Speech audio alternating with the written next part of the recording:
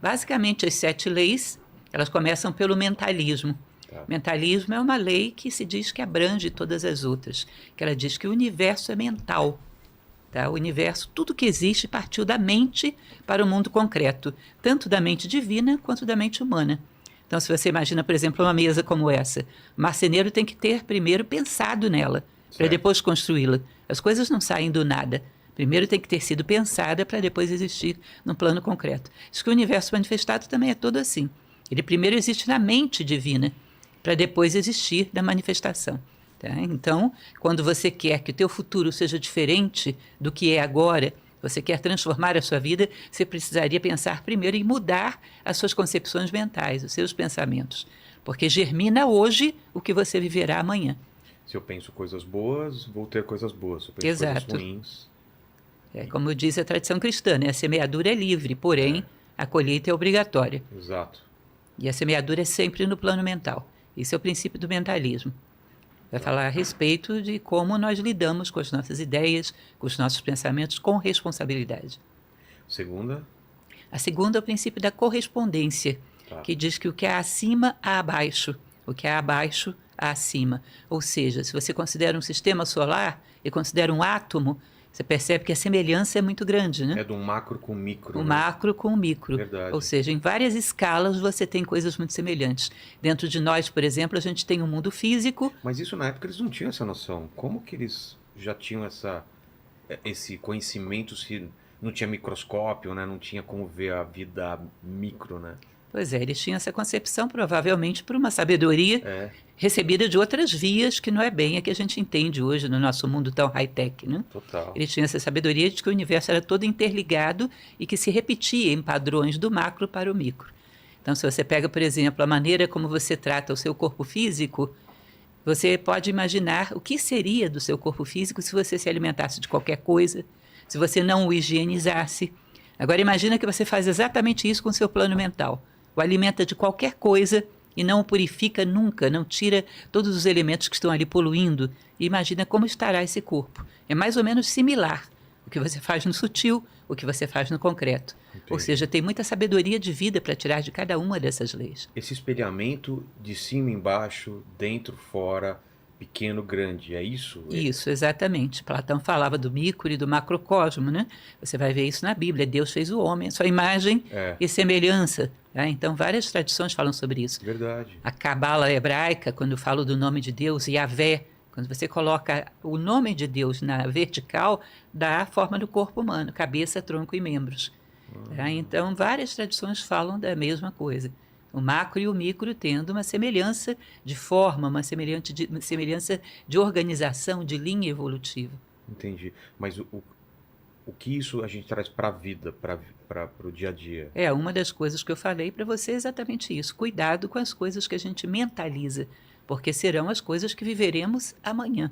Nós estamos construindo o nosso futuro nesse momento. Não, mas essa parte do espelhamento, como que a gente aplica isso? Esse entendimento de que acima, embaixo, dentro e fora, tem alguma... Uma típica frase que fala sobre isso é aquela do homem, conhece-te a ti mesmo e conhecerás o universo e os deuses. Ah, entendi. Essa frase diz que se você tem um grande autoconhecimento, você pode ter uma noção de como se organiza o universo, porque segue a mesma chave organizativa.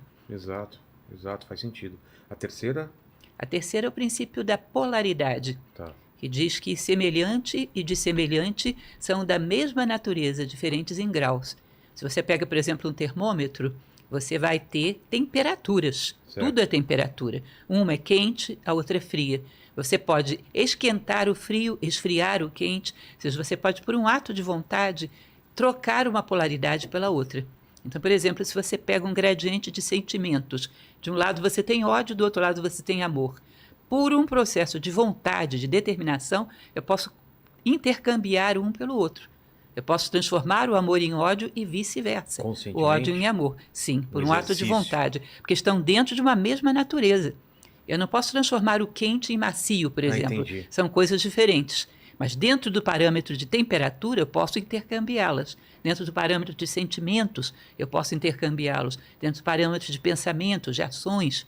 Eu sou uma pessoa, por exemplo, em relação ao plano físico, sou preguiçosa. Eu posso me tornar uma pessoa ativa simplesmente por um ato de vontade, polarizando no outro lado do termômetro e trabalhando na construção disso. Posso reverter os polos em que eu estou identificada. E tudo isso aqui tá condensado aqui. Isso, de uma maneira De uma bem maneira- adequada, né? Vou mostrar para o meu filho. A quarta, A quarta é o princípio do ritmo, que é o princípio do pêndulo. Imagine que você tem aqui um pêndulo, você puxa ele para um lado, quando você solta, a tendência é ele ir para o outro lado, não a mesma distância. Imagine que você puxou ele para cá, uma distância x. Quando ele vai para o outro lado, ele vai x também. Ou seja, a oscilação para um lado e para o outro é equivalente. Isso diz, por exemplo, se você tem um excesso de euforia, é provável que do outro dia você tenha um excesso de tristeza que seja correspondente. Os excessos são mais ou menos equilibrados. Então, se o homem não quer que o seu pêndulo no dia seguinte vá para um extremo oposto, que ele procure um meio termo mais sereno, mais equilibrado, porque os extremos se compensam. E dentro do ritmo ele vai falar também a respeito da neutralização. O que é a neutralização? Como é que você fica acima das polaridades do mundo? Eu sempre uso o exemplo das crianças brigando por um brinquedo. tá. Uma criança brigando com a outra, puxando o ursinho. Quando é que você pode neutralizar esse conflito? Quando você não deseja mais o ursinho. Quando você superou sentido. essa necessidade de experiência, você pode ir lá e equilibrar esse conflito. Tá? Você subiu um degrau do ponto de vista de consciência. Aquele ursinho, eu não preciso daquele ursinho, então eu tô tão Não tem- isento daquela lá que eu consigo definir essa Eu situação. consigo Se eu equilibrar. tivesse envolvido emocionalmente com aquele ursinho, eu não Seriam conseguia. 3 brigando pelo ursinho. Exatamente. Vou- E assim vai. Digamos que esse pai brigue com outro pai. Esses dois pais que estão brigando para saber quem é que educa as crianças, Sei. estabelece aqui um outro conflito, em outro patamar. Aí vem o avô e diz, que é isso, vocês estão brigando à toa, rapazes. Os dois querem o bem das crianças, ou seja, um outro nível de consciência, já não precisa mais de autoafirmação como pai melhor da vizinhança. Tá? E por aí vai. Esse avô pode brigar com outro avô também, e alguém que tem uma consciência um pouco mais elevada pode neutralizar esses conflitos. Ou seja, quanto mais a nossa consciência sobe, amadurece, mais você está habilitado a harmonizar os conflitos que estão abaixo de você. Entendi. Entende?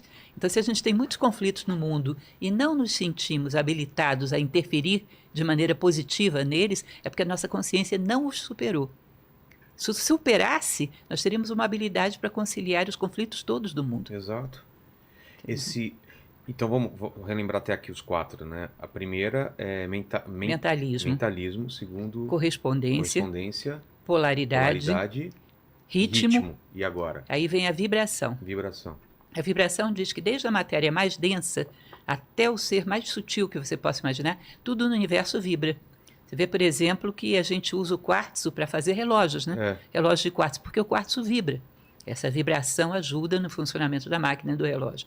Então, tudo no universo, desde uma pedra mais densa até os seres mais sutis, eles vibram. Tá? Se você acelera a matéria, você teria energia. Se você acelera, teria luz, e por aí vai. Eles dizem que se você acelera, você chega até o espírito. Se acelera mais, você chega até Deus. É tudo uma questão de De vibração. aceleração de vibrações cada vez mais sutis. Entendi. E aí você, para poder encontrar o seu nome interno, quem é você realmente, você teria que saber diante de que você vibra. Ou seja, diante de que atos, de que palavras, de que situações, algo dentro de você vibra. Você se sente assim, como se a tua consciência estivesse numa espécie de êxtase, estivesse no seu melhor. Aquilo que te faz vibrar é o teu nome interno. É o nível de elevação de consciência que você logrou.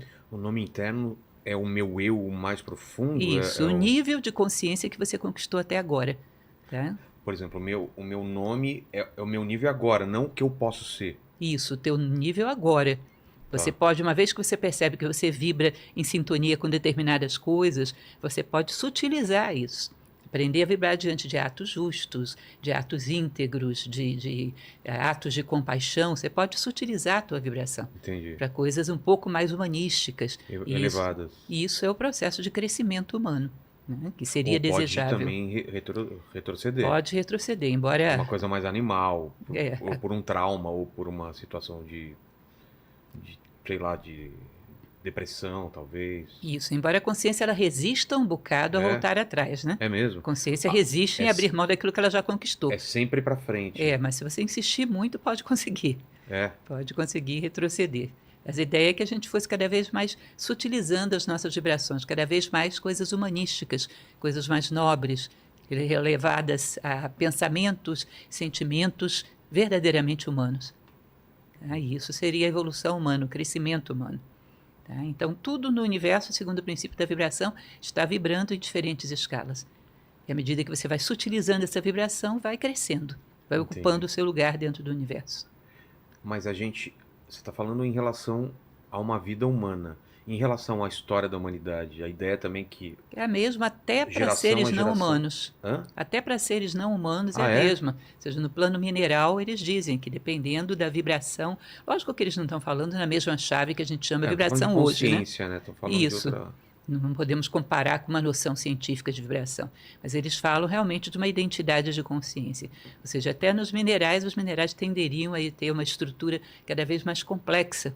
Tá? E essa complexidade seria ir elevando a sua vibração. Entendi. Os vegetais vão também cada vez mais tendo uma estrutura mais complexa. A gente poderia dizer, sei lá, um angiospermas, uma evolução vegetal qualquer. Entendi. Poderíamos pegar os animais, nós poderíamos dizer que os mamíferos têm aí uma estrutura bem mais complexa. E para eles o ser humano conta diferente dos animais, né? Seria uma espécie diferente, que evoluiria quando chega a valores, virtude, sabedoria. Tá? Então todo o universo estaria acelerando a sua vibração para chegar ao ideal que lhe é próprio. Fazer aquilo que a natureza espera de cada um. Essa é a ideia. Mas é um contraponto à entropia, que fala o contrário, né? Que tudo caminha para o caos, que caminha para a ausência de ordem, né? A entropia se refere ao veículo físico, Isso. que é um fato. Mas a ideia, segundo a tradição egípcia, é que você teria dois eixos. Tá. À medida que o tempo passa, o corpo físico decai, mas a consciência sobe. Entendi. O ideal lá em cima seria um sábio, cujo corpo estaria muito debilitado pela idade, mas que a consciência estaria na sua máxima expansão. Entendi. De compreensão da vida, de respostas adequadas à vida. Ou seja, a consciência é um vetor de compensação da entropia física. E assim também o universo, cada vez se afastando, ficando mais frio e ao mesmo tempo uma evolução de consciência Isso. dos corpos que estão habitando ele, né? Isso. A ideia é que tudo seria de alguma maneira vivo, teria algum grau de consciência e tudo estaria em evolução. Inclusive, por exemplo, um planeta. Né? Tem aquela teoria da Gaia, né? Isso, a teoria de Gaia fala exatamente sobre isso. O planeta como um corpo ser vivo. E faz sentido às vezes quando você vê que ele reage ao que é feito nele, né?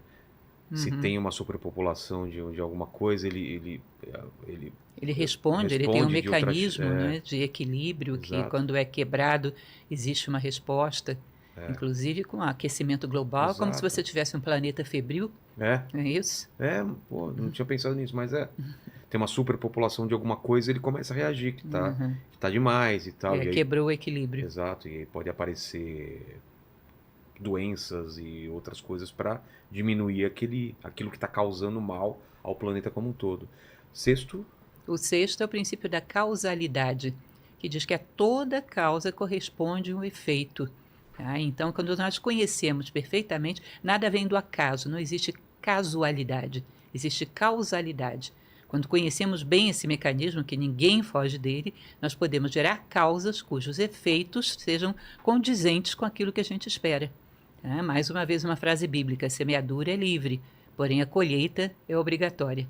Lembra-se disso? Sim. Ou seja, o que eu quero para a minha vida amanhã, eu planto alguma coisa adequada para essa colheita que eu quero ter amanhã. Muitas vezes não fazemos nada na vida e esperamos que a vida nos dê muitas coisas, que tenhamos muitos frutos sem ter plantado nada.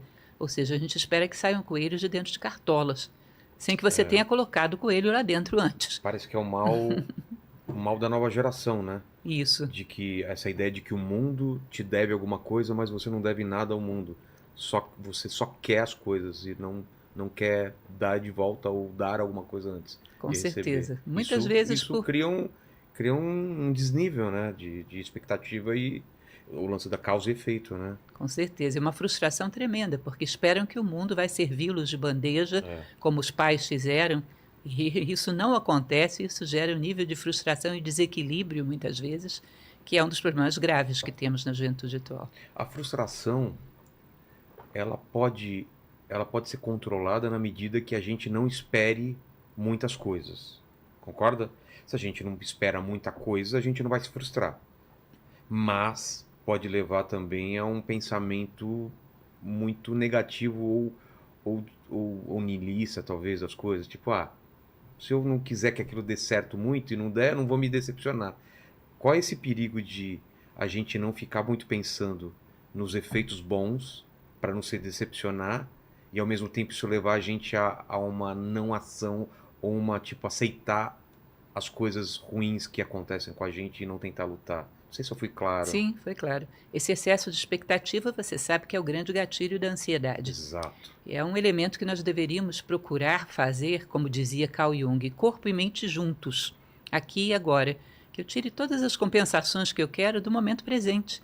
Que eu esteja feliz, esteja equilibrada aqui. Que eu dê o meu melhor a cada passo. O que virá depois, a gente vê depois. Mas agora, aqui eu estou realizada com aquilo que eu faço. Minha cabeça está aqui, concentrada no que eu estou fazendo, no caso da gente, nessa conversa. Sim. E o que eu estou fazendo aqui vai ecoar no meu futuro e tudo Com vai certeza. vai ser bom. Se eu estiver aqui pensando no que eu vou fazer daqui 2 horas, eu não faço isso bem e vai dar errado também daqui 2 horas. Com É isso? certeza. Você quer um futuro ideal, você tem que ter presentes ideais para te levar até lá. Perfeito. Presentes vazios não te levam a lugar nenhum.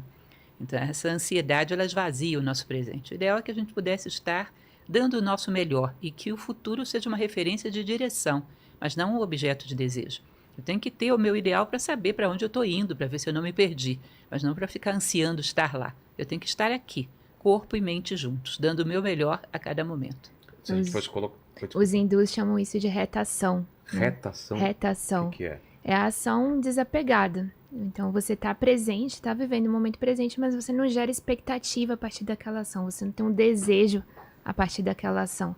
Então é viver de forma consciente o momento presente sem esperar um retorno a partir da sua ação. Isso seria uma forma de libertação, né?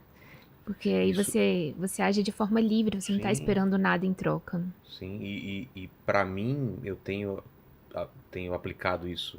Claro, a gente não consegue fazer isso sempre, mas você tá presente brincando com seu filho, ou num almoço, ou em alguma coisa, muda realmente a vida, né?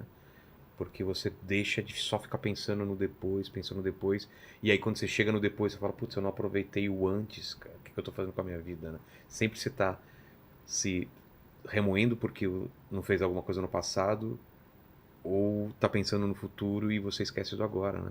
Essa é a grande armadilha. Os estoicos falam das coisas que dependem de nós e as que não dependem, né? Que a gente deveria concentrar todos os nossos esforços nas coisas que dependem de nós e ao mesmo tempo não se preocupar com as que não dependem. É. Então, o que não depende da gente, né? Posso fazer alguma coisa em relação a isso? Não, então... Não. Se vão me criticar, o que É. vão pensar de mim, ou se eu vou morrer amanhã ou não, esse tipo de coisa não depende de mim, né? Então não deveria ser objeto da minha preocupação. Exato. Sobre causa e efeito, a gente falou dessa expectativa, né, do efeito desejado, mas principalmente coaches, eles ficam muito falando nesse poder que a gente tem de mudar os efeitos, né, das ações que a gente faz. O quanto a gente tem esse controle realmente de mudar o efeito das coisas? Olha, particularmente se você pega a tradição hindu, que fala da lei do karma, que é muito parecida com o princípio da causalidade, né? Que é a Causa lei e do karma? efeito. A lei do karma diz que toda ação que nos desvia do caminho da lei, ela vai gerar uma reação dolorosa para te trazer de volta.